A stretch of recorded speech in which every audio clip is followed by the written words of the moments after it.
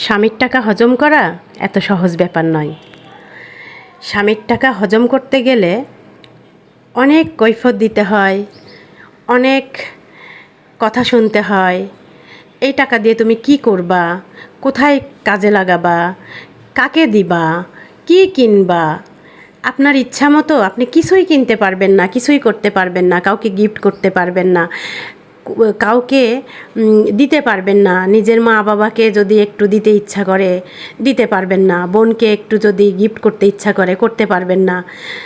স্বামীর মন মেজাজ দেখতে হয়, তারপরে তার ইনকাম দেখতে হয়, তার খরচ দেখতে হয়। তার সব কিছু দেখে স্বামীর কাছে চাইতে গেলে আপনার নিজেদের কাউকে যদি গিফট করতে চান, যদি বলেন স্বামীর কাছে যে আমি এই জিনিসটা তাকে গিফট করব বা আমার এই টাকাটার প্রয়োজন, আপনাকে কত যে কৈফিয়ত দিতে হবে তার কোনো শেষ নাই।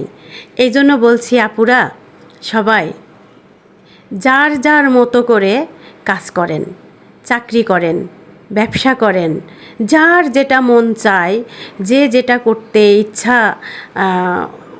মনে করেন যে আমার এই জিনিসটা করতে ভালো লাগে, ব্যবসা করতে ভালো লাগে, আমার কোনো কাজকে ছোট করে দেখবেন না, কোনো কাজকেই না। অনেক আপুরা আছে অনেক কিছু মনে করে, অনেক কিছু বলে যে এই কাজটা করব, এটা কত ছোট কাজ। অথচ দিন শেষে আপনি গিয়ে দেখেন স্বামীর কাছে আপনাকে কতটা ছোট হইতে হচ্ছে, কতটা টাকা চাইতে হচ্ছে। স্বামী তখন বলে না আমি দিতে পারবো না।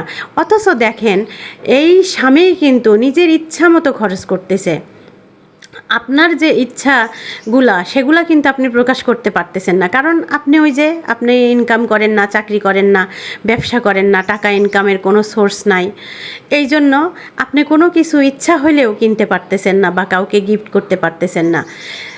আর স্বামীরা দেখেন ইচ্ছা মতো কিন্তু যার যার মতো ইচ্ছা করে যে আমি অমুককে এই জিনিসটা দিব, বউকে যে জানাইতেই হবে এমন কোনো কথা ওনারা প্রয়োজন মনে করে না, যে আমি বউকে না জানিয়ে গিফট করতেছি এটা সেটা, এগুলো কোনো ব্যাপারই না তাদের কাছে। তো আমি বলবো আমার ইচ্ছা হইলে আপনারা আমাকে যেটাই বলেন, যে খারাপ বলেন ভালো বলেন, আমার যেটাই করতে ইচ্ছা মনে করতেছে যে আমি এই জিনিসটা করে হয়তোবা আমি একদিন সামনে অনেক কিছু করতে পারবো, স্বাবলম্বী হইতে পারবো, আমি অনেক টাকা ইনকাম করতে পারবো। তো আমি ঘরে বসে যদি কিছু একটা করতে পারি, আমার মতো ঘরে বসেই যে ফেসবুকিং করতে হবে, ইউটিউবিং করতে হবে এমন কোনো কথা আমি বলি নাই।